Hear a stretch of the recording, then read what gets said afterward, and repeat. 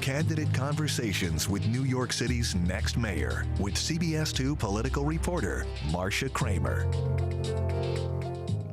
From ending gun violence to recovery from the pandemic, the next mayor of New York City will have a lot on their plate. We are speaking with each candidate in an in-depth conversation to see where they stand. We're asking each candidate the same questions so you can compare. Joining me now is candidate Dianne Morales. Dianne, thank you very much for joining us. And so our first question today is this: should you get elected, what would be your top 3 priorities on day 1? Sure. So I have committed to several things. One is the idea of divesting from policing and investing in our communities.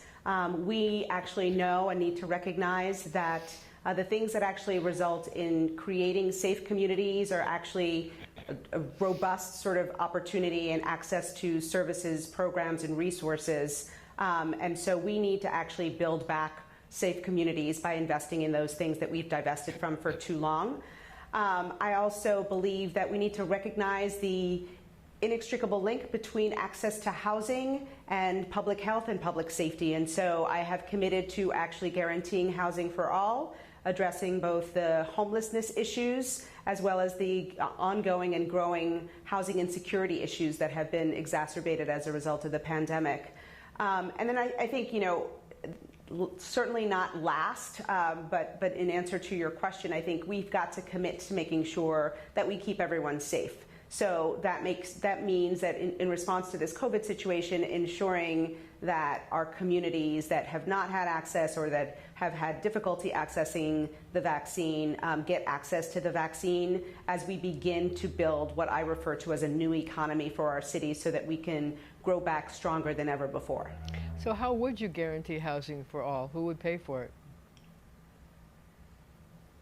Well, I think we actually invest quite a bit in housing right now in New York City. The problem is that the way that we do that actually tends to prioritize developers and profits for developers, where they're getting significant tax subsidies or tax rebates, while we're getting a really small fraction of a return on our investment in terms of units that are truly affordable to most New Yorkers. We actually need to reinvest those dollars that we historically provide to those developers by focusing on community first, prioritizing community-led processes, and nonprofit affordable housing developers. I also think there's plenty of room for us to look at existing vacant spaces that could be converted to provide housing, whether that's hotel rooms or commercial storefronts or even office spaces, so that we could begin actually transitioning those spaces into providing housing for everybody now. So Dianne, how do you square reducing the size of the police budget, which the city has already done to the tune of $1 billion, with the need to keep the city safe and to end gun violence? So I think the first thing I would do is to push back a little bit on the idea that the city has in fact reduced the police budget by $1 billion. I think moving a line from one office to another while maintaining the actual police force is not the same thing as significantly reducing the funding. The other thing we've seen is that we have not reduced the number of police officers on the street, and at the same time, violence has increased. So there is not a correlation, actually, between the size of the police force and the ability to keep our communities safe. The other thing is we know that our communities that are most heavily policed are the ones that are also most harmed by police. So what we need to do is reclaim the definition of public safety. The definition of public safety is essentially, as I referenced before, it's communities that have access to a lot of resources. We need to prioritize providing people with housing, providing people with access to jobs, providing people with health care, particularly in the midst of a pandemic.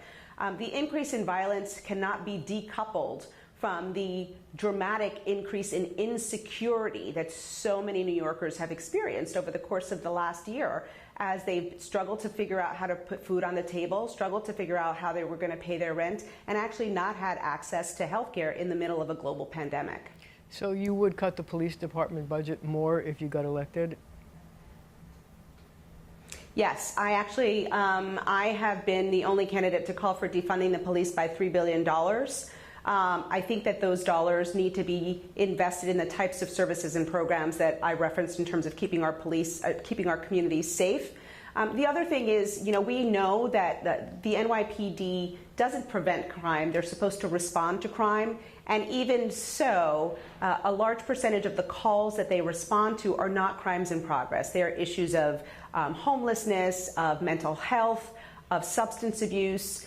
And so I've actually called for the creation of a community first responders department. Our responses need to be proportionate and responsive to the actual crisis at hand. So the Community First Responders Department would be staffed by people who are trained and skilled at intervention and de-escalation, and who also serve as part of a larger ecosystem of services, human service providers, medical centers, mental health professionals, so that we could actually intervene in a crisis and connect people to the services that are going to help break the cycle, rather than what happens right now, which is we send a man with a gun. In the best case scenario, that person is locked up overnight and released back the next day back into the very same situation. And in the worst case scenario, that person is harmed or shot and killed. We need to actually change and transform the way we're responding to the issues that are really making our communities suffer, and provide our communities with the help that they need to begin to move forward in a different kind of way. So would you take that $3 billion from the NYPD budget and move it over to the Community Responders Department? And what effect would that have on the uniform count in the NYPD? Sure. So I think, I would use part of that money to establish the Community First Responders Department. We also have to provide, I've also called for removing police from schools. So we need to provide our students in our schools with the services that they need: nurses, career counselors, youth development specialists, mental health specialists. Those need to be part of what we provide to our students so that they can actually learn and thrive in the education system.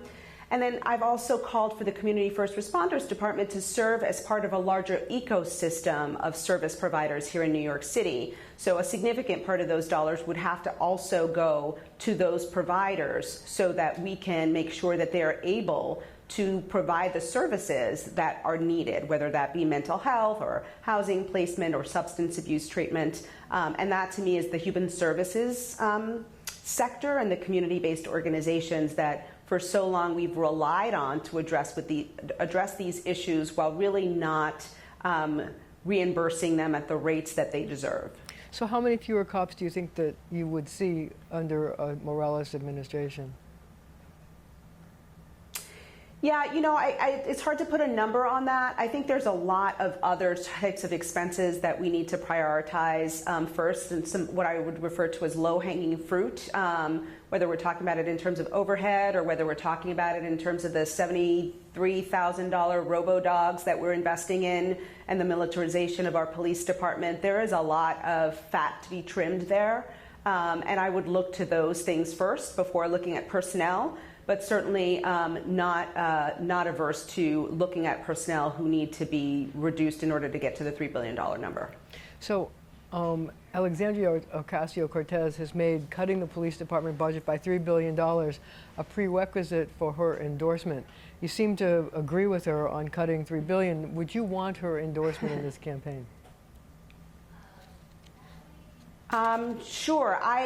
Full disclosure, I was a supporter of Alex in her first run and as well as her second run in terms of, hosting fundraisers and whatnot. I've believed in her before it became cool.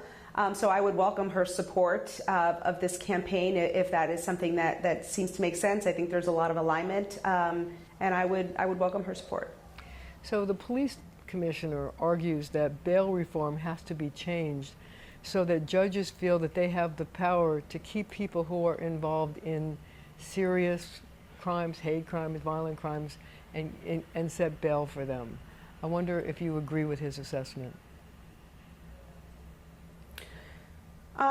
Listen, I think, ultimately I believe that the criminal legal system is deeply embedded in racist practices, whether that be, obvious or subtle or conscious or subconscious.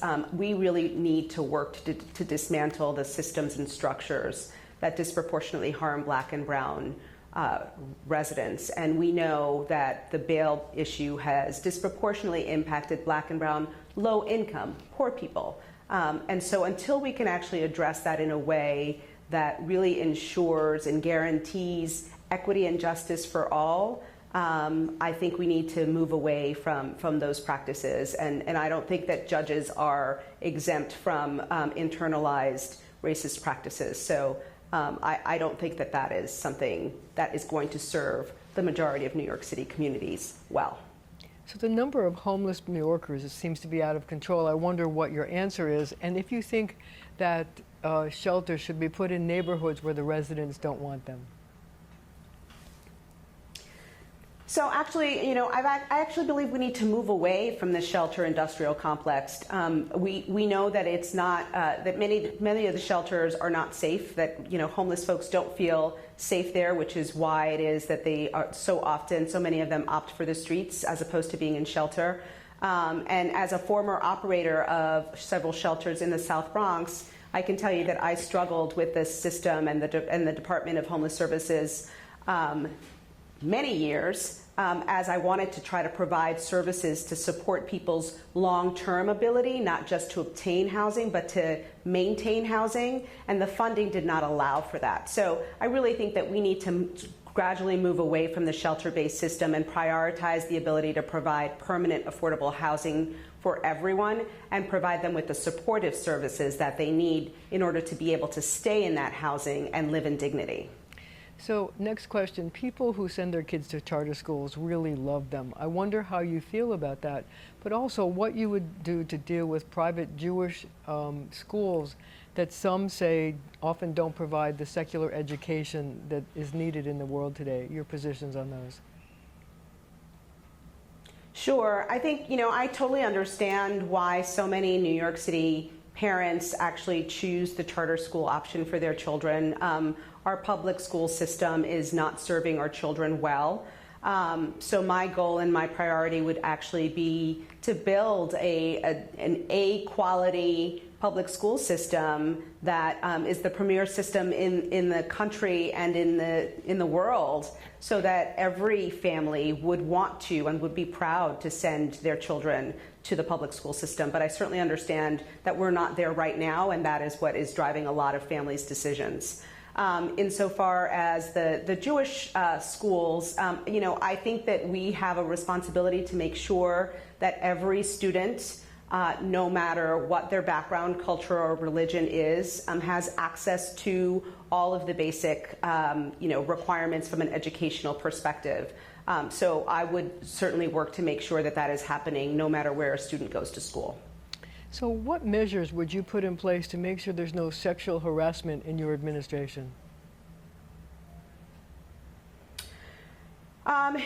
I think we need to make sure that women are protected, that women are heard, making sure that there are swift, consequences and investigations. I think that the culture right now that leans towards character assassination and the sort of deep investigation of survivors or women who have the courage to step forward is highly problematic and has significantly contributed to women's fears about stepping forth. As a survivor myself, I can tell you that I did step forward, and the response that I got in reaction to that was completely discouraging and disheartening, disappointing, and demoralizing. We need to make sure that women feel protected and heard and validated when they are able to exercise the courage to step forward, so that we can move towards preventing this culture altogether. So with ranked choice voting, who would you recommend to your supporters to pick as number 2? So I get this question a lot.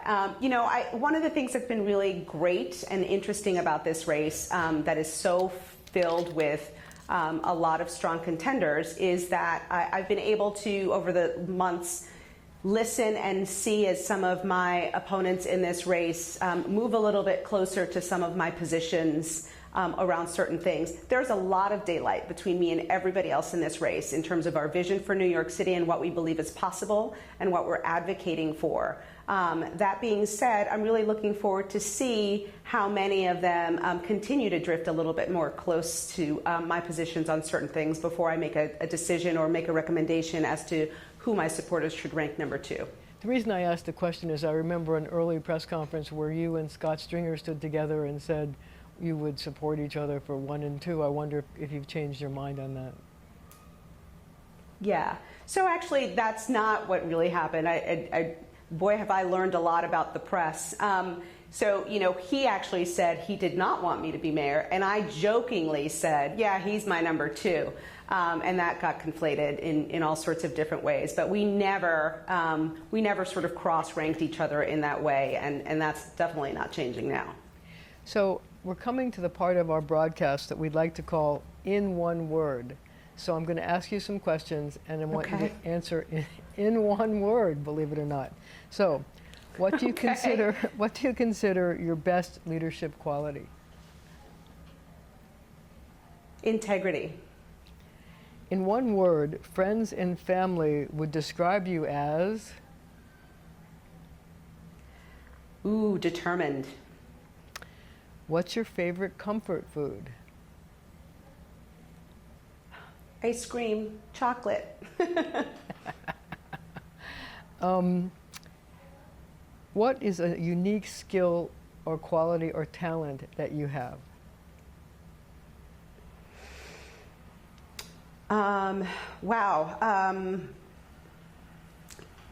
Leadership. And last but not least, you like to do this when you're faced with a difficult situation.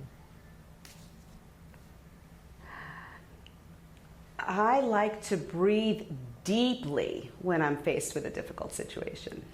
Good answer. Dianne, thank you very much for joining us today. Thank you so much for having me. It's been a pleasure. Thank you. And you can watch our New York City mayoral primary debate with leading contenders right here on CBSN New York and on CBS 2, hosted by me and my colleague Maurice Dubois. That's on Thursday, June 10th at 7 p.m.